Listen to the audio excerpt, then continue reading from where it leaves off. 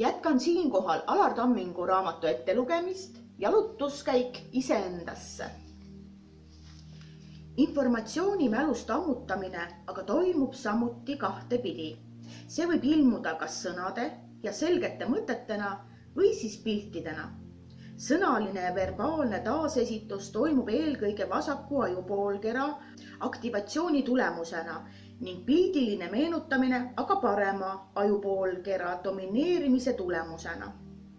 Sõnadega meenutajate probleemiks on lõputu sisedialoog, mis võib lõppeda mõttemaruga, kus üks mõte ajab teist taga ja seda oravaratast ei suuda isegi uni peatada.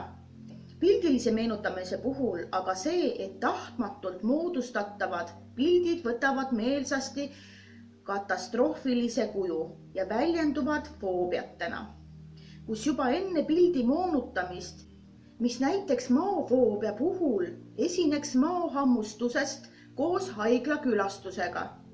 Tehakse kõik, et see võimalik pilt teadvusest eemal hoida.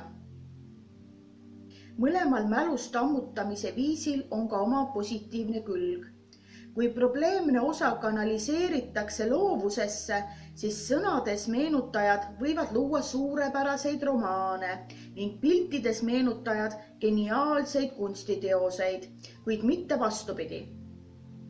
Ühtegi Vincent van Goghi novelli pole inimkunsti varamusse lisandunud ja Fjodor Dostojevski, Honoré de Balzaci või Haruki Murakami maalidest pole ma ka midagi kuulnud.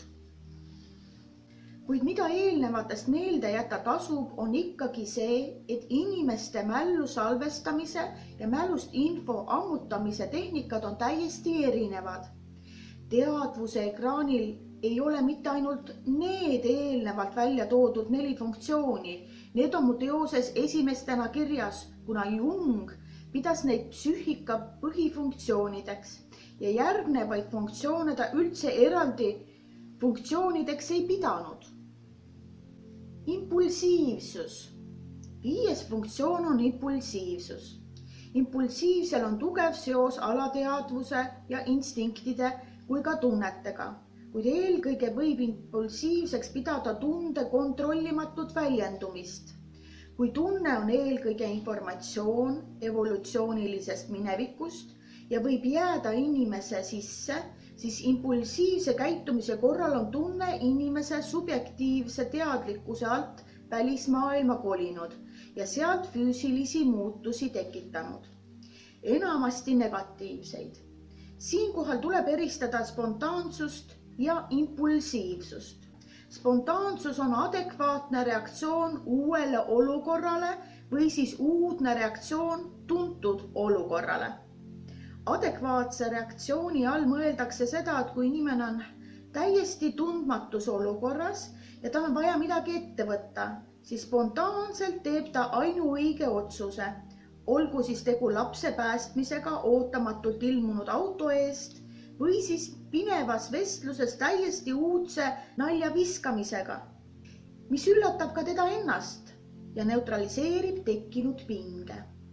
Uudne reaktsioon tuntud olukorrale on aga olukord, kus me hästi tuttavas situatsioonis käitume täiesti uut moodi. Siia alla kuulub hammaste pesemine vasaku käega paremakäelistel või siis jalgade kasutamine mõne maas oleva eseme ülestõstmiseks. Tegevus, mis on selge lapsele, aga vanemana arvame millegipärast, et jalad on ainult käimiseks, mitte haaramiseks. Aga samuti võib proovida lugeda raamatut tagurpidi või siis koos lapsega liikudes korrata lapse liigutusi ning ronida iga ettejääva kivi otsa, kuigi sama teed üksi käies neid kivisid isegi ei pruukinud märgata. Impulsiivsuse korral on teadvuse ekraanil see funktsioon sulanud ühte tegevusega. Teiste funktsioonide puhul on võimalik selgelt eristada funktsiooni ja näha seda teadvuse ekraanil, kuid impulsiivse käitumise korral on seda võimalik ainult tagantjärele teadvustada ja seejärel ekraanil näha kas süüd, häbi või mõnda muud kompleksset emotsiooni, mis oli impulsiivse toimumise taustaks ja seejärel asuda oma tegevuse õigustamisele. Impulsiivsuse kui funktsiooni sügavamaks olemuseks on iha ja kirg. Nii kui impulsiivne tegevus lasta hiljem läbi teadvustatud filtri, muutub see funktsioon selgelt eristatavaks ja nähtavaks. Iha on omakorda seotud alateadvuse ja instinktidega ning tal on väga oluline funktsioon inimese elus. See on omamoodi bioloogiline arukus, mis üldreeglina on organismi huvides. Kui võrrelda iha ja mõtlemist, siis organismi seisukohalt on tegu info läbitöötamisega ja peamine erinevus on läbitöötamise keerukuse astmes. Mõtlemine on keerulisem kui iha ning iha puhul on täielikult puudu õppimisvõime. Iha ja mõtlemise kui arukuse erinevaid astmeid on hästi näha kollektsionääride puhul, kus arukus on muutunud sama rariteetseks kui tema iha eesmärk. Ihal ja tunnetel võib olla üks ja sama esiisa, kuid kindlasti ei ole nad ühe munaraku kaksikud. Tunded on palju kergemini kontrollitavad, aga kuna iha asub pigem instinktide maailmajaos, siis tema kontrollimine ja allasurumine ei pruugi olla inimese võimuses. Samamoodi on meil praktiliselt võimatu alla suruda janu, kuid viha või hirmu suudavad inimesed soovi korral päris hästi varjata. Seksuaaliha puhul on seda teemat põhjalikult käsitlenud vana Sigmund ise. Tema järeldusele, et instinkti allasurumine põhjustab neuroose, ei julge isegi kaasaegse teadusliku maailmavaatega hingeteadlased vastu vaielda. Iha ehk kirg võib kaasaegses teaduskeeles tung ei mõju hetkelise impulsina, vaid ajaliselt pikema ja püsiva jõuna ning eelkõige kerkib ta esile inimese seest. Nii kuna ta kerkib esile inimese seest, siis ei saa siin kasutada põgenemistaktikat, mis on üheks kaitsemehhanismiks väljaspoolt tulenevate närvisüsteemi ärritajate korral. Välisärritajatest lahti saamiseks piisab tavaliselt õigesuunalisest lihaste kontrollist ja liikumisest ning pinge annab peale eesmärgile jõudmist järele, kuid organismi seest pärit tungiallikate korral peab organism sooritama keerukaid toiminguid, mille eesmärgiks on mõjutada välismaailma niimoodi, et see sisemisele tungiallikale rahuldust pakuks. Mismoodi aga välismaailma mõjutamine meie tungi rahuldab ja kas meie tegevused viivad sihile, seda ei pruugi me aga ette teada.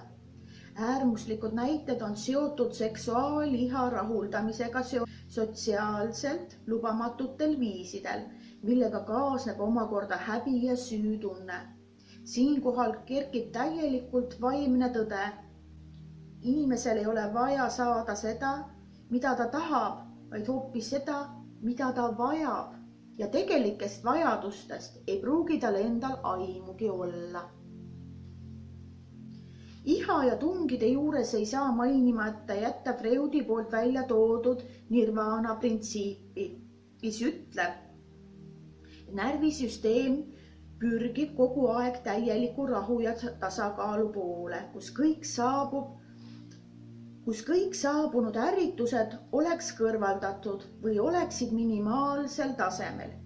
Eesmärgiks oleks aga organismil olla üldse ilma igasuguste ärritusteta, kuid ilma igasuguse ärrituseta olek tähendab seda, et organism on kas surnud või jahutatud –273,15 kraadini ehk absoluutse miinimumini. Lõpetan iha teema Eckhart Tolle kauni mõttega iha ja hirmu kohta. Iha on soov lisada midagi endale, et tunda ennast rohkem iseendana ja hirm on kaotada midagi endast ja olla seetõttu vähem. Iha on soov lisada midagi endale, et tunda ennast rohkem iseendana ja hirm on kaotada midagi endast ja olla seetõttu vähem.